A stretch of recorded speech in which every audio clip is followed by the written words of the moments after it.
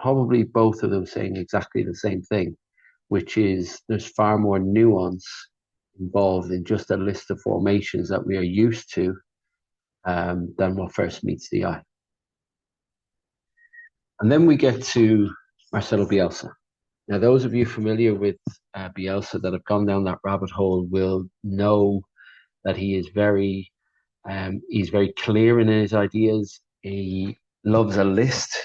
So you might see things like there are 36 ways to communicate through a pass, or there are 5 ways that you can unmark yourself from an opponent, and so on. So we had we had his goalkeeper coach at Leeds, Alessandro, with us a couple of years ago for a webinar. He talks about exactly that, a guy who's obsessed with detail um, and works that way with players on a daily basis.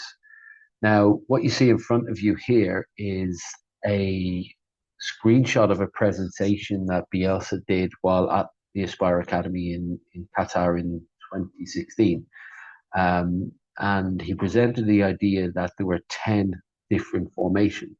All right.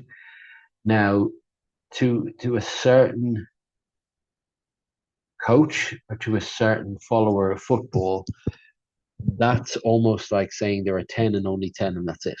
All right.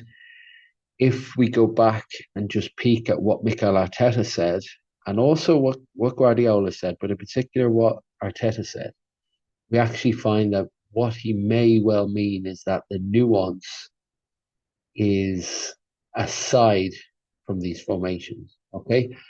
And what I've gone on to do is I've called these formations base formations. Okay.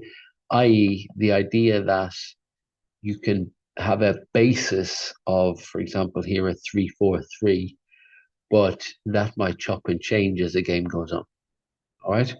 So I've drawn the dots, so to speak, a little bit to make it a little bit clearer and a little bit more visual around Bielsa's back 3 formations and then also around his back 4 formations.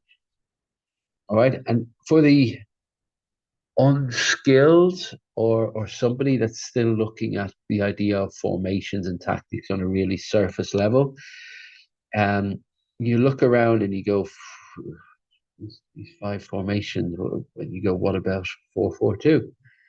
And then you go up to these ones here and you look at these ones and you say, well, actually, the 3-5-2, which is basically what this is, well, the version of that I played as a kid had this player here, and it looked different, it felt different.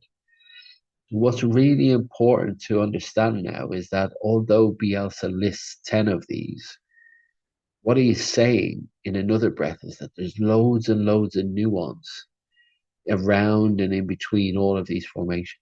Okay. Indeed, this one here, as mapped out, does become that traditional 3-5-2. Okay.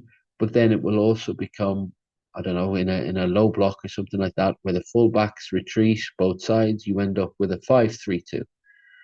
All right.